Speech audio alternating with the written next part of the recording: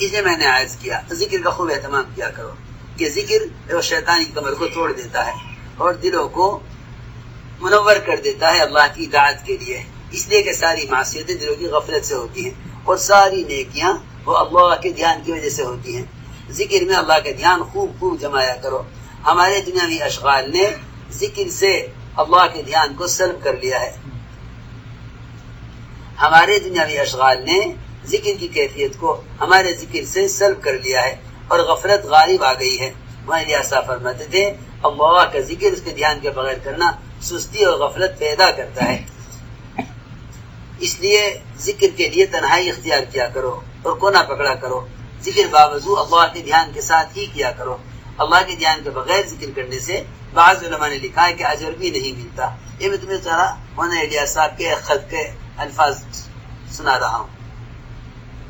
ذکر میں خوب دھیان جمایا کرو اللہ کا، اس لیے کہ اصل ذکر دل کا متاثر ہونا ہے۔ عیسیٰ علیہ السلام فرماتے تھے جب ذکر کیا کرو زبان کو دل کے تابع کیا کرو، اس طرح اپنے آپ کو ذکر کا عادی بناؤ۔ قرآن کی تلاوت کو میں عرض کر چکا، لازم پکڑ لو کہ اس کا کوئی متبادل نہیں ہے، اور جہاں تک ہو سکے اپنے بچوں کو قرآن کا ترجمہ ضرور سکھلاؤ۔ اللہ جزائے خیر دے مولوی بلال حسین ندوی کو، انہوں نے بڑا اچھا ترجمہ سلیس کر دیا ہے، مجھے تو اتنا پسند آیا کہ میں تو اپنے طلبا کو بھی اسی سے ترجمہ پڑھاتا ہوں۔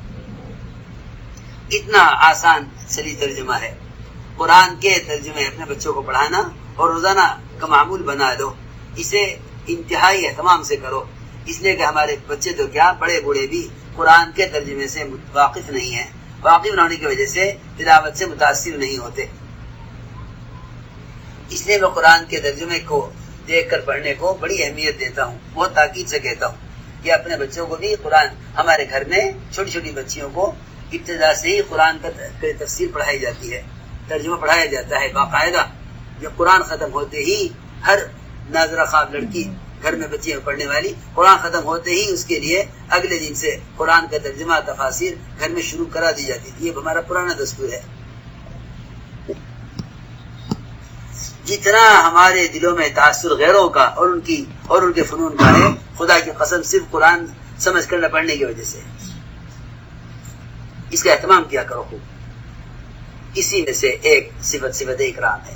حضرت اکرام یہ ہے کہ ہر شخص کو اس کے مقام پر رکھو، اپنے ساتھیوں کو پہچانو، اپنے ساتھیوں کا اکرام کرو۔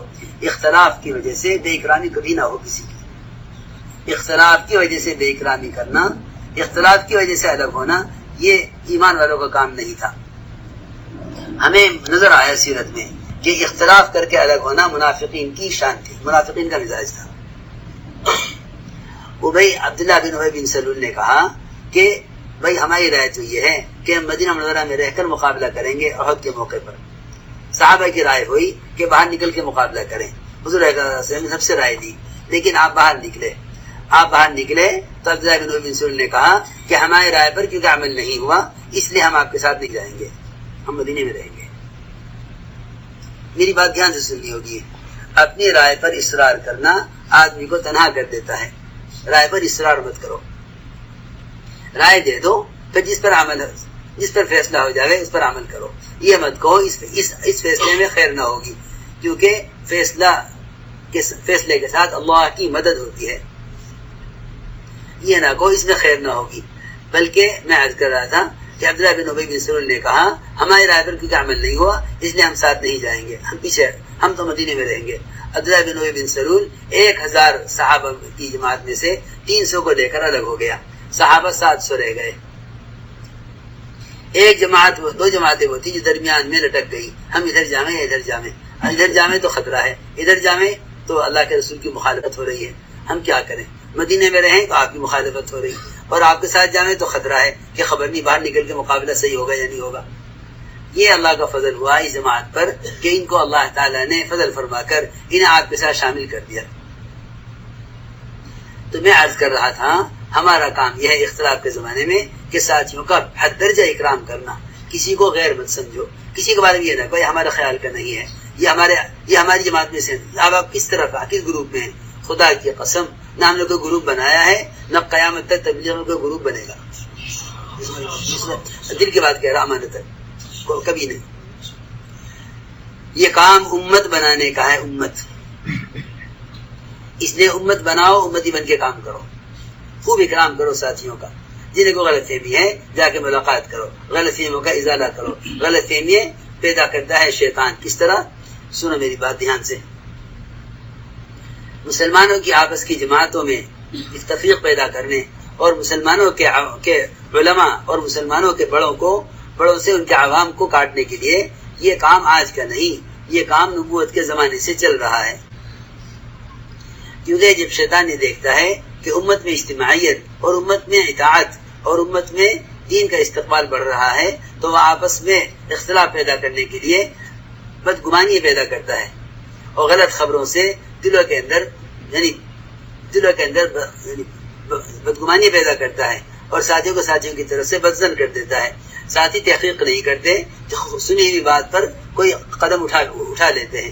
میری بات دھیان سے سننا، جب آپ دعوت لے کر آئے تو امت میں دین کی طلب پیدا ہوئی، امت میں طلب پیدا ہوئی، ایسی طلب کہ زکوٰۃ کا ادا کرنا ایک انتہائی محبوب عمل بن گیا۔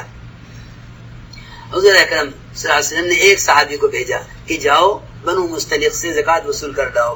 یہ بڑا قبیلہ تھا قبائل میں سے، بنو مستلق، یہ ایک اکیلے صحابی ان سے زکوٰۃ وصول کرنے کے لیے گئے۔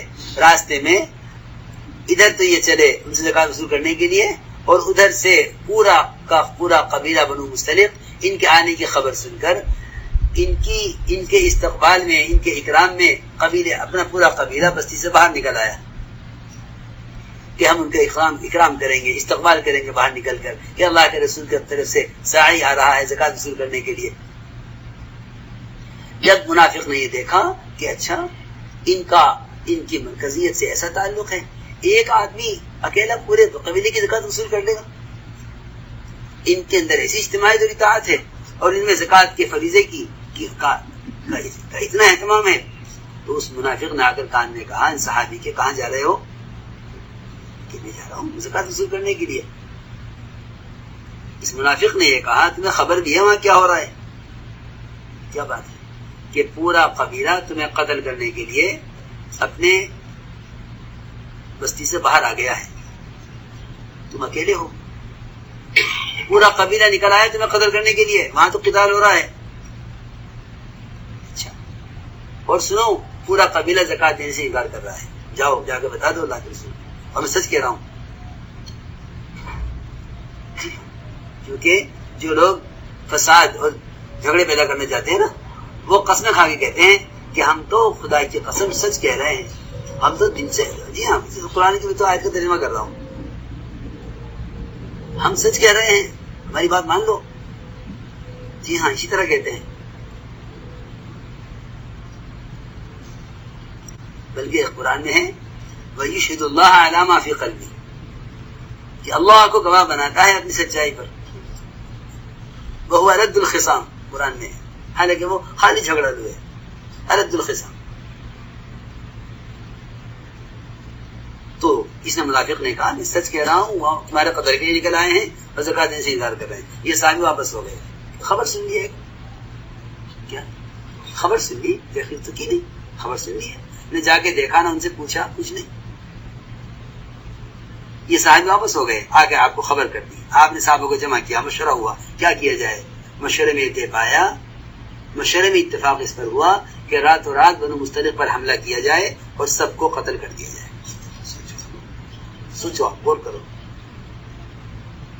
سب کو قتل کر، ایک کو بھی نہیں چھوڑا، کیونکہ زکوٰۃ کا سے انکار کرنا کفر ہے،